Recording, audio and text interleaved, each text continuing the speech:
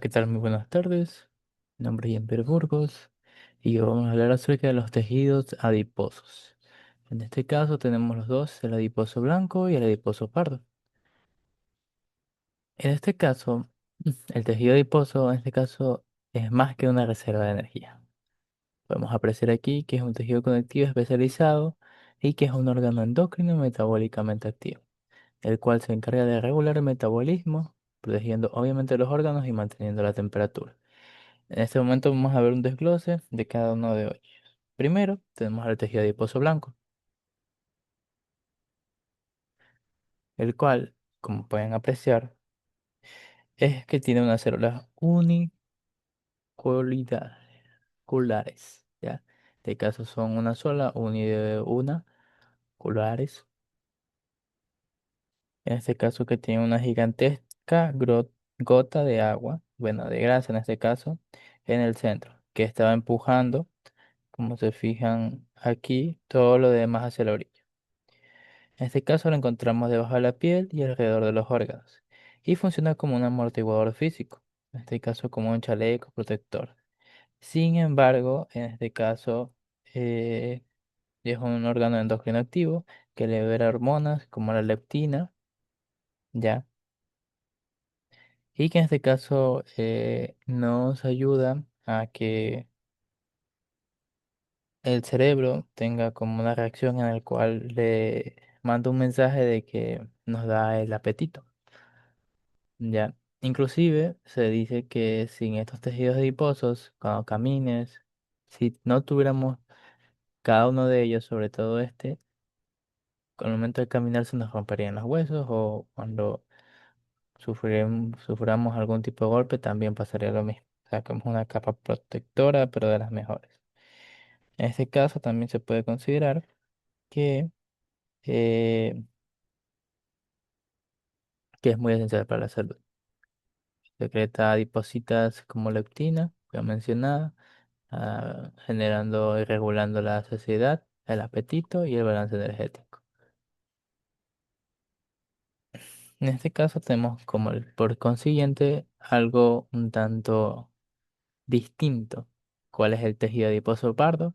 Que el pardo viene en sí por el color marrón, que vendría a ser tipo como lo que le dicen o café, como el oso pardo. ¿Ok? Este caso produce termogénesis y energía, y como se puede apreciar, tenemos unas células multi de varias oculares, que en este caso múltiples gotitas de grasa y una altísima densidad de mitocondrias.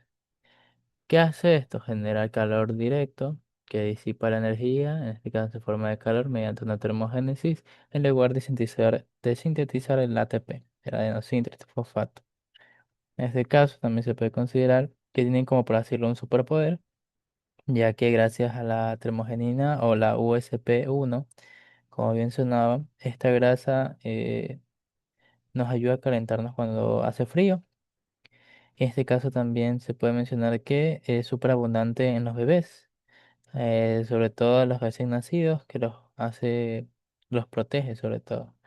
Y en los adultos lo podemos poseer en lugares estratégicos, ya como lo podría ser en la parte abdominal, etcétera. Bueno, y aquí también pueden mencionar lo que, bueno, la proteína OSP1, que es la termogenina. Y también está aquí la protección y aislamiento, como mencionaba, un amortiguador físico. Y bueno, en resumen podemos decir que el tejido blanco es tu almacén de energía y que en este caso regula el apetito, ¿ya? Que es una forma unilocular grande, una gota grande de grasa. En este caso, como mencionaba, tiene una ubicación principal subcutánea, que es en la parte bajo el abdomen y visceral también.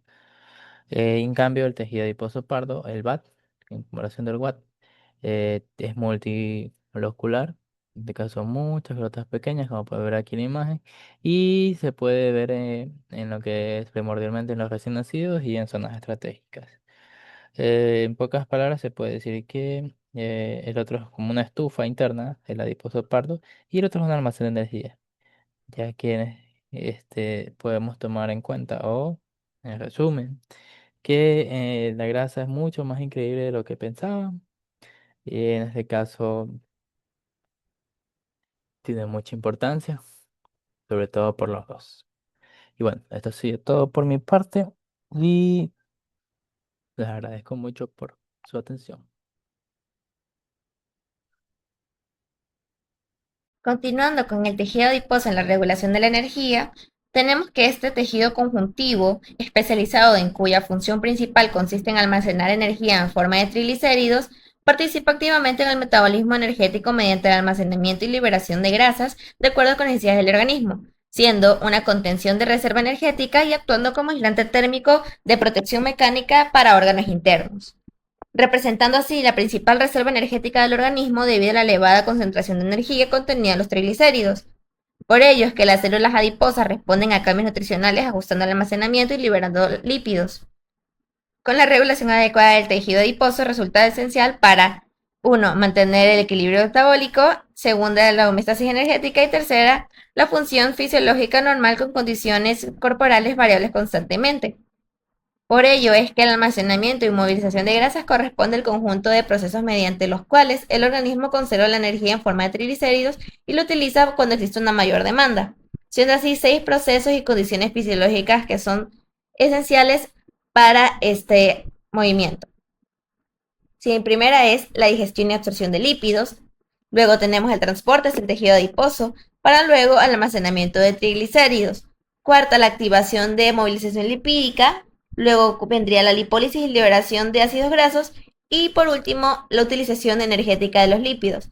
Bueno, para entender esto un poco más ahondado, tenemos lo que es principalmente la lipogénesis, proceso metabólico donde el organismo sintetiza los triglicéridos a partir de exceso de nutrientes, es decir, que hay un exceso de carbohidratos y grasas, participando directamente en el mantenimiento del balance energético corporal y en conservación de reservas necesarias para futuras demandas metabólicas relacionadas con el funcionamiento fisiológico y la homeostasis energética. Por ello es que existe la lipólisis, en cambio, siendo un proceso de origen metabólico asimismo en el cual los triglicéridos almacenados en el tejido adiposo son degradados para liberar los ácidos grasos y glicerol hacia la sangre, activándose principalmente cuando disminuye la disponibilidad inmediata de nutrientes o aumenta la demanda energética corporal. Por ello es que la regulación del balance energético funciona como un control fisiológico entre la energía ingerida y la energía utilizada, para mantener las funciones vitales de actividad corporal, siendo dependiente de estos mecanismos el nervioso, hormonal y metabólico, modificándose por factores relacionados con el metabolismo basal, actividad física, disponibilidad de nutrientes y regulación hormonal corporal, siendo estas las alteraciones prolongadas del balance energético las que pueden contribuir al desarrollo de obesidad, desnutrición y otros trastornos metabólicos relacionados con desequilibrios nutricionales y energéticos corporales persistentes en frecuencia. Y nosotros tenemos lo que es el tejido adiposo, que esta funciona mucho más allá que una reserva de energía. Es decir, que el tejido adiposo, más allá de solo reservar energía, también nos ayuda y también ayudarnos a proteger nuestros órganos, esta también se explora, por decirlo así, a una función más endocrina y el papel que cumple en el control metabólico y la obesidad. Esta está compuesto por las adiposinas. ¿Qué son las adiposinas? Las adiposinas son el mensajero del tejido graso, hormonas que regulan cuánto comemos, cuánta energía almacenamos y cuánta energía gastamos. De estas se derivan dos que son las más importantes, que es la leptina, que es en cambio el freno del apetito y se libera al acumular energía para indicar al hipotálamo que debe disminuir el hambre. Y la adiponectina, que es reconocida por ser protectora de la salud, ya que mejora el uso de la glucosa y aumenta la sensibilidad a la insulina y a su vez protegiendo el corazón. Ahora, pero ¿qué pasa cuando hay un desequilibrio de estas? O sea, cuando se presenta obesidad. Todo cambia. El hecho de que una persona coma bastante no quiere decir que la leptina está baja. De hecho, es cuando más produce leptina o es cuando más alto está la leptina. Y en cambio la adiponectina disminuye. Ahora, ¿por qué se produce esta resistencia a la lectina a pesar de que está muy elevada? Y es porque el cerebro deja de responder a la señal de saciedad provocando un aumento constante de peso.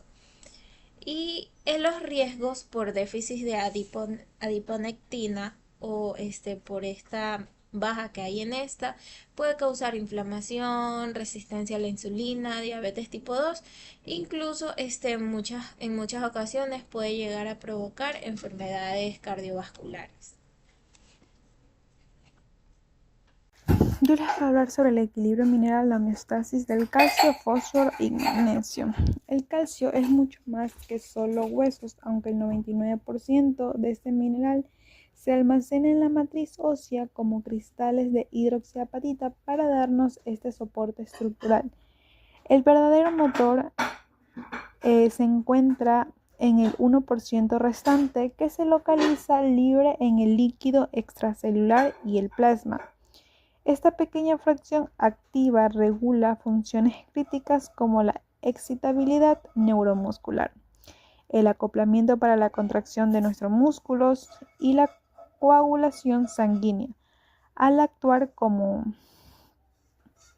el factor cuarto de la cascada.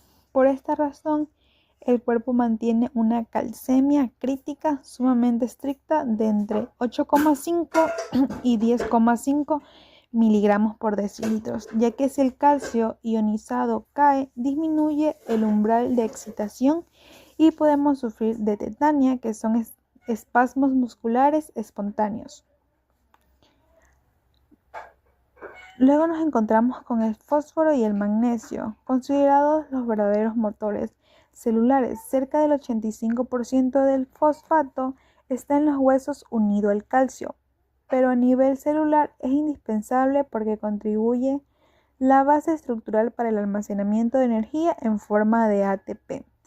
Además de formar parte del ADN y el ARN,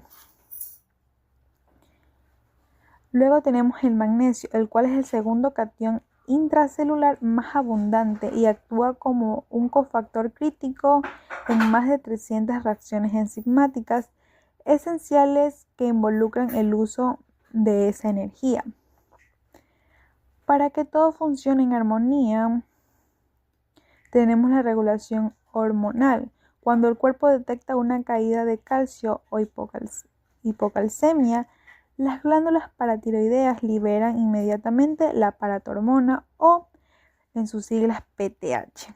Esta hormona actúa como un elevador, activando la liberación del calcio desde el hueso hacia la sangre y ordenándole al riñón que reabsorba el calcio y elimine el fosfato sobrante. Además, la PTH, que es la paratormona, activa en el riñón a la vitamina D, la cual, como vemos en la flecha, esta señala el intestino en el centro. Esta tiene la función primordial de maximizar y aumentar drásticamente la absorción de los minerales que consumimos. Si el calcio sube demasiado, entra en juego el bloque de la calcitonina. El freno hipocalcemiante, esta hormona es sintetizada por la glándula tiroideas ante una hipercalcemia y hace el trabajo opuesto a la paratormona. Detiene de inmediato la liberación ósea de minerales para desinflar los niveles en sangre. El riñón y el hueso y el intestino coordinan de manera perfecta sus funciones de excreción, reserva y reabsorción bajo este estricto control hormonal para mantener nuestro organismo en un equilibrio constante. Ahora vamos a entender la fisiología locomotora, cómo el músculo y el hueso mantienen el equilibrio del cuerpo. Vamos a verlo en dos partes. Primero el músculo y la contracción y después el músculo y la homeostasis mineral. Empecemos por el sarcómero, la unidad funcional del músculo. Está formado por filamentos de actina y miosina, cuyo deslizamiento entre sí permite que el músculo se acorte, es decir, que se contraiga. Pero para que este deslizamiento ocurra, hace falta un interruptor, el calcio, Cuando el calcio se libera y se une a la troponina, esta mueve la tropomiosina y deja expuestos los sitios de unión de la actina. Ahí es cuando se puede empezar la acción. Con los sitios ya expuestos se activa el calcio entre puentes cruzados. Este proceso depende del calcio y del ATP. La miosina se huye a la actina, hace su golpe de fuerza y la arrastra hacia el centro del sarcómero. Luego llega a una nueva molécula de ATP y la miosina se suelta. Y el ciclo se repite mientras haya calcio disponible. ¿Y de dónde sale la energía para todo esto? De tres sistemas, según cuánto dure el esfuerzo. La fosfocreatina que da energía inmediata durante 5 a 8 segundos. La glucólisis anaeróbica que produce el ácido láctico y sostiene el esfuerzo hasta por 1 minuto. Y la respiración celular aeróbica que sostiene el 95% de energía en esfuerzos prolongados. Pasemos al hueso. No es solo soporte estructural, es un reservorio activo de minerales. De hecho, el hueso almacena el 99% de calcio de todo el cuerpo, liberándolo o captándolo según lo que la sangre necesite para mantener sus niveles estables. Esto es posible gracias a la remodelación ósea continua, un equilibrio constante entre osteoclastos que degradan hueso viejo y los osteoblastos que forman hueso nuevo. Y ese equilibrio lo controlan dos hormonas. Cuando el calcio en sangre baja, la hormona paratiroidea actúa sobre los osteoblastos para liberar el calcio del hueso y elevarlo. Cuando el calcio sube, la calcitonina hace lo contrario, frena los osteoclastos y estimula que se deposite calcio de nuevo en el hueso. Como vemos, el músculo genera movimiento gracias al calcio y al ATP, mientras que el hueso regula ese mismo calcio para que todo el sistema funcione en equilibrio. Músculo y hueso, cuando trabajan juntos, sostienen la homeostasis de todo el organismo.